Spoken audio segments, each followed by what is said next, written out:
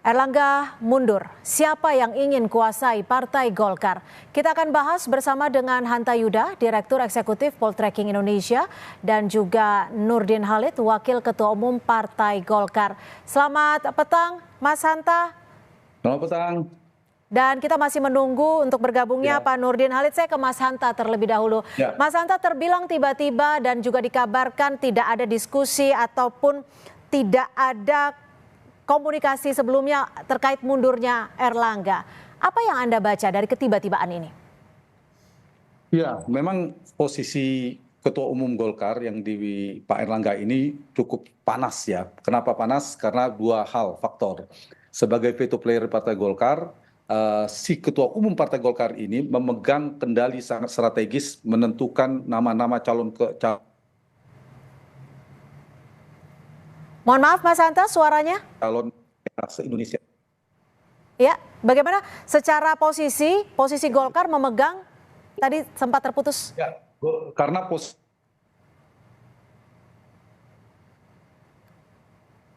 Ketua Umum Golkar ini sangat strategis per hari ini. Satu adalah dukungan tanda tangan Ketua Umum Golkar saat ini itu sangat menentukan calon gubernur, bupati, wali kota lebih di 500 lebih. Jadi ada momentum pilkada serentak.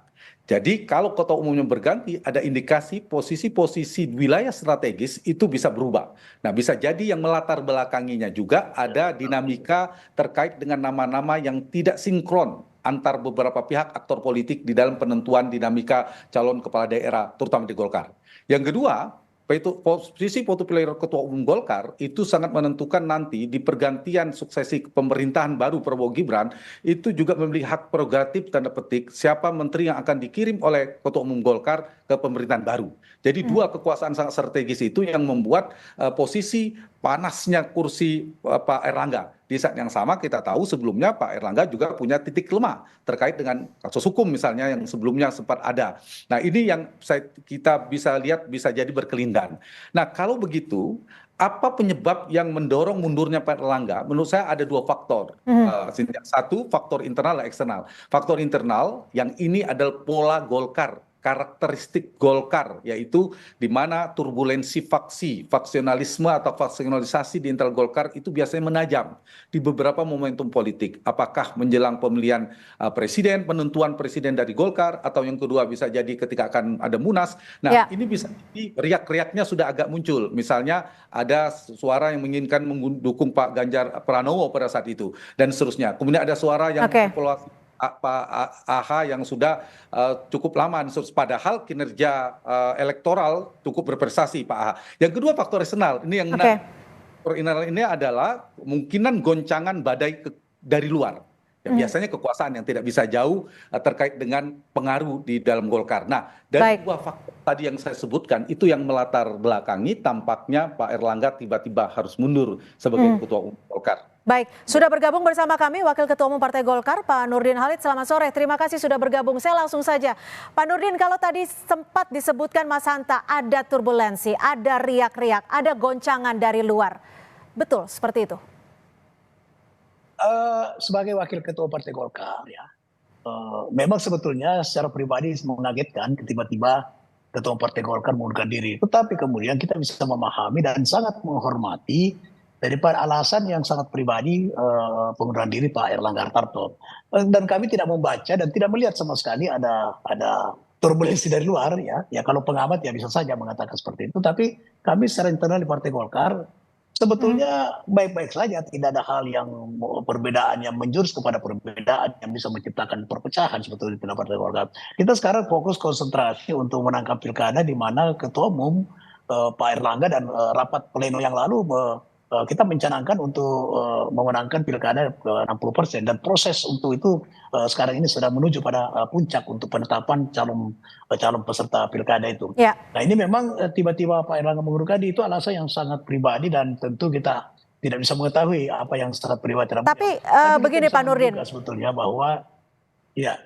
Tapi kalau dari secara pengalaman Partai Golkar merupakan salah satu partai terbesar di Indonesia, pernah tidak ada seorang ketua umum yang mengundurkan diri atas nama pribadi tanpa konsultasi, tanpa diskusi terlebih dahulu, dengan alasan menjaga keutuhan partai?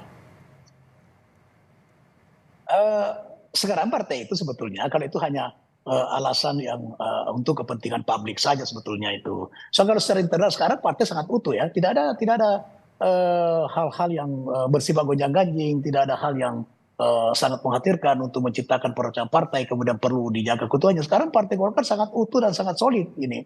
Dan ini termasuk sepanjang apa namanya tahun 2000 dari tahun 2014 sampai dengan tahun 2000 sekarang inilah Golkar ini partai apa namanya kondisi Golkar sekarang sangat solid dibanding 2015 ke 19 itu.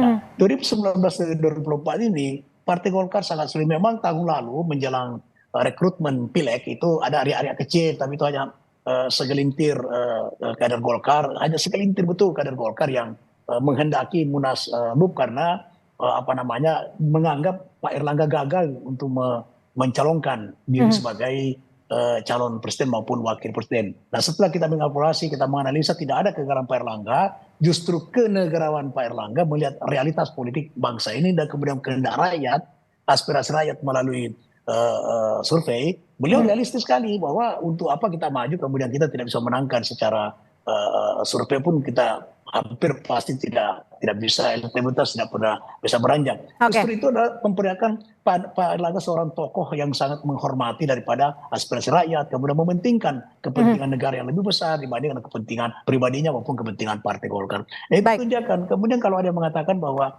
ada turbulensi dari luar atau ada intervensi kekuasaan, kita tidak melihat itu. Pak Erlangga baik secara pribadi maupun kapasitas sebagai ketua umum itu sangat dekat dengan Pak Jokowi, sangat dekat dengan Pak Prabowo. Jadi menurut saya kedua beliau ini tidak ada cawe-cawe yang bisa membuat Pak Erlangga itu mundur. Menurut saya ya, karena kedekatan, hubungan emosional, kemudian partisipasi Partai Golkar, baik secara partai maupun secara pribadi Pak Erlangga itu luar biasa terhadap bangsa dan negara ini dengan Pak Presiden Jokowi maupun Presiden terpilih. Kita kemarin adalah salah satu partai dan partai koalisi yang sangat dominan dalam memenangkan Pak Prabowo dengan Gibran. Itu bisa dilihat dengan hasil survei berapa pemilih Golkar, simpatisan Golkar yang memilih Pak Prabowo itu lebih tinggi daripada partai-partai lain. Nah itu ada sesuatu kenyataan dan itu yang mengatakan bukan Golkar tapi itu adalah lembaga survei itu.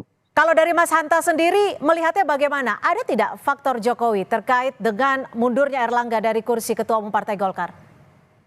Kalau faktor Pak Jokowi itu faktor eksternal ya. Kita bicara yang di dalam. Di Golkar ini memang menarik. Kebetulan riset tesis saya tentang Partai Golkar, sering berinteraksi dengan Golkar termasuk dengan Pak Nurdin Halid yang selalu menghiasi dinamika ketika ada Munaslup di Partai Golkar.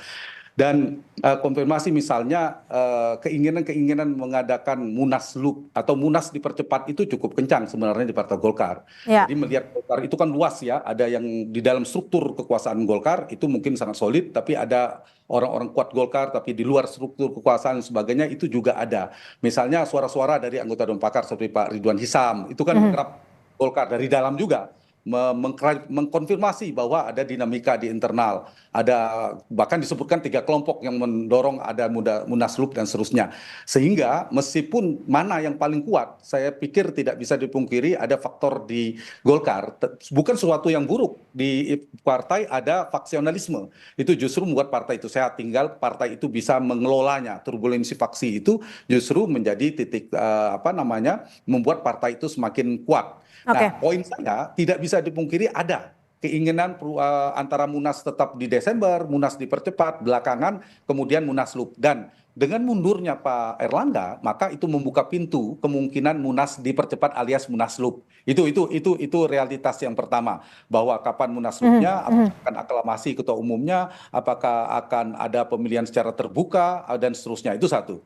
Yang kedua, saya menjawabnya begini, pertanyaan Sita tadi bahwa pemilihan Ketua Umum Golkar sebelumnya, tidak hanya sekarang sejak era Pak Akbar Tanjung, Pak Abu Rizal Bakri, Pak Yusuf Kala, Pak Setia Novanto, Pak Airlangga Hartarto, ada 3 faktor sangat menentukan variabelnya. Dari yang pertama sampai ketiga, yang pertama yang paling kuat, faktor pertama adalah faktor pengaruh dan restu kekuasaan. Tidak bisa dipungkiri. Silakan buka rekam jejaknya. Yang kedua adalah faktor di mana pengaruh dari kekuatan logistik. Dan yang ketiga adalah faktor kekuatan jejaring pemilik suara, organisasi, DPD dan sebagainya. Tetapi kalau diurut itu biasanya yang menang adalah yang dekat dengan kekuasaan. Betul kata Pak Nurdin, semuanya dekat, semuanya dekat, apalagi Pak Erlangga sangat dekat sekali kepada Presiden. Tapi biasanya itu kalau nanti dibuka setelah ini pertarungannya, itu yang paling dekat dengan Presiden biasanya menangkan pertarungan. Kita buka saja Pak Arbo Tanjung saat itu sangat dekat sekali dengan Pak Presiden Habibie, Pak Abu Rizal Bakri, Pak Yusuf Kala, apalagi di dalam pemerintahan Pak Abu Rizal Bakri dengan Pak SBY,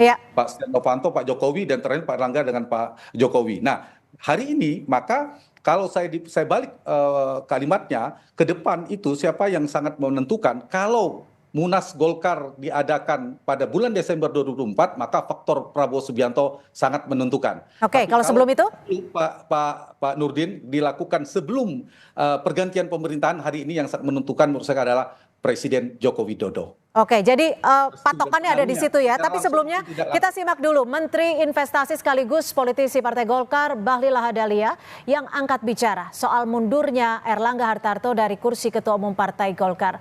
Bahlil mengaku tidak tahu menahu soal dinamika yang terjadi di dalam internal DPP Partai Golkar karena ia tidak masuk ke dalam kepengurusan. Saya nggak tahu ya, saya betul kader Golkar, tapi sekarang kan bukan pengurus DPP, jadi saya tidak tahu apa yang terjadi di sana. Ya. Tapi mundurnya Pak AH itu akan mengganggu persiapan pilkada nanti nggak sih Pak? Oh, saya no comment lah kalau urusan itu. Baik, terima kasih Bapak. Ini kalau dari partai sendiri, dari internal partai, biasanya memang untuk seorang kader, apalagi untuk seorang Pak Bahlil gitu, tidak mengetahui terkait dengan pengunduran diri dari Ketua Umum Pak Erlangga? Pak Nurdin? Saya tidak paham itu ya. Saya juga tidak mengetahui kenapa tiba-tiba Pak Erlangga mundur karena hampir setiap saat saya selalu berkomunikasi dengan beliau dan tidak ada informasi. Nanti pada hari Sabtu, itu hari Sabtu baru beliau menyampaikan. Jadi kita pun tidak, padahal kalau Pak Bahlil saya nggak tahu karena beliau sama-sama di kabinet, apa dia tahu atau tidak tahu. Tapi memang yang paling tahu itu adalah istri beliau sendiri. Kalau kami ini ya nanti pada hari Sabtu sore sampai malam beliau mengambil keputusan, baru kami pahami kenapa beliau harus mundur. Dan itu menurut saya beliau mundur di tengah-tengah keberhasilan berprestasi memimpin Partai Golkar, memenangkan Pilpres. Itu secara pribadi itu sangat elegan untuk Pak Erlangga. Nah sekarang kami ini sebagai wakil ketua umum, ada 11 wakil ketua umum, ini harus menjaga marwah. Tapi gini Pak Nurdin, kalau ini kan salah satu, tapi gini, salah satu ya silakan. Salah satu keandalan keunggulan Partai Golkar adalah di dalam prosesi memilih pemimpin itu demokratis ya. Karena roh Partai Golkar setelah era reformasi itu adalah proses demokratisasi. Kenapa Golkar sampai saat ini masih eksis ya? Karena tidak nomor 1, nomor 2 dan kebanyakan nomor 2 tidak pernah dibawa dari itu karena konsistensi daripada Partai Golkar dalam melakukan prosesi demokratisasi di internal Partai Golkar. Oke, Pak Nurdin, kalau dari internal partai sendiri melihat mundurnya Pak Erlangga Hartarto seperti apa? Reaksi dari internal?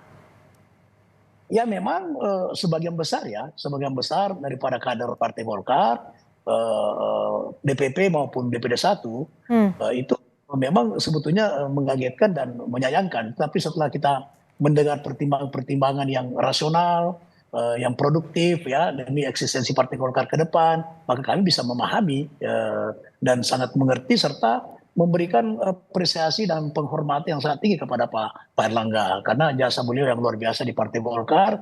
Tidak pernah Golkar sejak 2014 itu sesolid yang seperti yang terjadi sekarang ini. Itu karena kepemimpinan Pak Erlangga. Tetapi itu ada suatu hal yang sangat pribadi, yang saya pribadi itu kami tidak tahu sama sekali. Mungkin hanya beliau dengan keluarga yang mengetahui. Nah itu yang membuat daripada kita bisa memahami semua alasan pengunduran diri Pak Erlangga. Oke, Mas Hanta, ada setidaknya 2 nama yang menguat di publik. Ada nama Andi Gumiwang dan juga Bahlil Lahadalia. Bagaimana, Agus Gumiwang, maaf. Bagaimana Anda melihat kedua nama ini? Ya, keduanya memiliki potensi besar ya, Pak Agus Gumiwang. Itu jadi apa dulu Pak Anta itu? Yang 2 nama itu jadi apa? Tanya dulu. PLT dulu Pak, PLT. Oh PLT. Kalau PLT menurut saya Agus Gumiwang ya. Kalau untuk PLT itu harus dari pengurus DPP. Tidak Ah. boleh Betul, PDP. kalau PLT. Betul. Jadi rapat plenonya kapan rencananya, Pak Nurdin? Rapat pleno insya Allah besok malam, insya Allah mudah-mudahan mohon doanya tidak ada halangan dan kami terus ini mulai hari ini kita berkoordinasi pada wakil ketua umum karena yang punya peluang untuk menjadi PLT itu adalah salah satu dari 11 wakil ketua umum. Ya. Oke, Pak kalau munaslupnya sendiri kapan nih Pak Nurdin? Karena kan sesuai jadwal Desember. Tapi tadi hitung-hitungannya akan mempengaruhi nih siapa sebenarnya yang akan mempengaruhi ketika itu diputuskan Desember atau lebih cepat sebelum Oktober atau saat masa transisi? Jadi mekanisme Partai Golkar itu sudah jelas bahwa anggaran dasar mengatakan bahwa Munas itu dilakukan sekadar 5 tahun dan 5 tahun itu ditetapkan sejak dilakukan Munas. Nah Munas kita Desember 2019 maka Munas itu 2024 apabila ada hal-hal yang di luar itu maka dilakukan Munaslup. Mekanisme Munaslup ada tahapan. Ya. Hanya di 2/3 dari DPD 1 yang menghendaki kemudian laporkan ke DPP wajib melaksanakan daripada Munaslup tersebut. Nah yang kedua permintaan DPP sendiri. Tapi Munaslup kalau permintaan DPP itu harus didahului dengan Rapimnas. Rapimnas Nasional ada forum pengambilan tertinggi di bawah Munas yang berhak institusi yang berhak memutuskan Munaslup atau tidak Munaslup. Oke. Nah, beda kalau Munas biasa. Kalau Munas biasa Desember tidak perlu Rapimnas dan itu sudah diputuskan dalam Munas yang lalu. Nah, inilah nanti akan kita diskusikan di dalam rapat pleno pada Besok malam 13 atau sesudah tanggal 13 gitu. Oke, baik. Artinya kita masih menanti. Fokus kepada pemilihan PLT Ketua Umum. Mas Hanta, tadi kan Pak RK, Kang Ridwan Kamil juga menyebutkan bahwa mundurnya Erlangga Hartarto merupakan hal yang wajar sebagai bentuk dinamika politik. Bagaimana Anda melihat ini? Mas Hanta. Iya, tadi sudah diklarifikasi juga oleh Pak Nurdin Halid ya, bahwa udah keputusan pribadi. Realitasnya sekarang Pak Erlangga sudah mundur, tentu punya catatan prestasi elektoral, beliau juga bagus itu. Nah, cuma tadi pertanyaan Cynthia tadi saya luruskan, saya kira Pak Bahlil dan Pak Agus Gumiwang itu konteksnya Munaslup. Kalau PLT itu memang Agus Gumiwang karena nama itu cukup kuat mengarah ke sana. Tapi kalau nanti Munaslup biasanya lihat mereka punya posisi publik, ketua DPRK, menteri, wapres, biasa itu menjadi kandidat kuat. Yang kedua biasanya mendapatkan restu dan pengaruh dari kekuasaan. Itu dua faktor yang dilihat. Barulah nanti mempengaruhi pemilik suara. Nah kalau namanya Munaslup menarik saya, kalau PLT saya kira sudah arahnya sudah jelas ya, harus satu di antara 11 waketum itu mungkin Pak Agus Gumiwang. Nah, Agus Gumiwang mungkin akan menjadi calon kuat dari kelompok struktur yang sekarang sudah ada. Bisa jadi nama Pak Bahlil seperti pertanyaan Cynthia tadi yang katanya sangat dekat dengan Pak Jokowi. Tentu Pak Agus juga dekat. Yang ketiga bisa jadi Pak Bambang Susatyo yang hari ini sedang bersilaturahmi ke Pak Surya Paloh, bisa jadi akan masuk nama-nama itu, tiga kuatnya. Tapi di luar itu bisa jadi Pak Doli Kurnia juga bagus, Pak Nurdin Halid juga sudah sangat bisa jadi masuk jadi ketua umum banyak. Tapi tiga yang tadi saya kira sangat mungkin ya muncul dalam kontestasi pemilihan suksesi Partai Golkar ke depan. Tapi gini, ke Pak Nurdin bergantung nanti jadwalnya. Ada PLT ditentukan, nanti menentukan Rapimnas, baru Munaslup. Nah di Munaslup ini kapan waktunya? Kalau Munaslupnya sebelum Oktober, maka faktor Pak Joko Widodo sangat penting itu. Tapi kalau Munaslupnya setelah 20 Oktober, faktor Prabowo Subianto yang lebih besar. Di luar faktor internal yang seperti Pak. Ya, Mas Hanta, gitu, terkait Erlangga yang mundur, yang mengatakan ini ia lakukan secara ikhlas atas keinginan pribadi. Apakah ini juga bisa dibaca bahwa ada garansi Pak Erlangga mendapatkan posisi di kabinet yang baru nantinya? Saya kira iya, kalau itu Pak Erlangga karena prestasinya juga ya, bukan karena soal politik. Secara personality Pak Erlangga ini punya kinerja yang relatif baik di kementerian sebagai Menko. Kita harus objektif mengatakannya. Yang kedua sebagai Ketua Umum Golkar juga punya prestasi elektoral. Jadi dengan jadi ketua atau menjadi ketua umum menurut saya Pak Erlangga sangat besar kemungkinan masuk ke pemerintahan Prabowo Gibran ke depan. Apalagi sekarang misalnya ketika tidak menjadi ketua umum, kalau bahasanya tadi kompensasi, semakin besar peluang. Saya yakin Pak Erlangga sesuai salah satu faktor alasannya ingin fokus di pemerintahan. Jadi akan awal pemerintahan Prabowo Gibran nanti menjadi Menko sangat mungkin. Merepresentasi Golkar tetap menjadi Menko, kemudian nanti ketua umum Golkar yang fokus di partai. Dan itu sehat bagi demokrasi. Bagi demokrasi, saya setuju dengan Pak Pak Nurdin, kalau ada kontestasi Munaslup, mari Golkar memberikan contoh demokratis, terbuka, jangan aklamasi. Itulah pelajaran Golkar sebagai partai tua kepada partai yang lain, pemilihan ketua umum harus demokratis, terbuka. Yang kedua, di Golkar juga saya kira memberikan ruang kepada termasuk Pak Erlangga nanti setelah pemerintahan baru, saya yakin memberikan pembelajaran bahwa di menteri adalah Pak Erlangga dan lain-lain, ketua umum fokus mengurus partainya. Itu Cynthia. Baik, terima kasih. Artinya kita nantikan besok seperti apa rapat pleno Partai Golkar untuk menentukan PLT Ketua Umum dan juga apakah Munaslup akan diselenggarakan tetap di bulan Desember atau tidak. Terima kasih Pak Nurdin Halid, Waketum Partai Golkar, dan juga Mas Hanta Yuda, Direktur Eksekutif Poltreking Indonesia, sudah bergabung bersama kami di Kompas Petang. Selamat sore.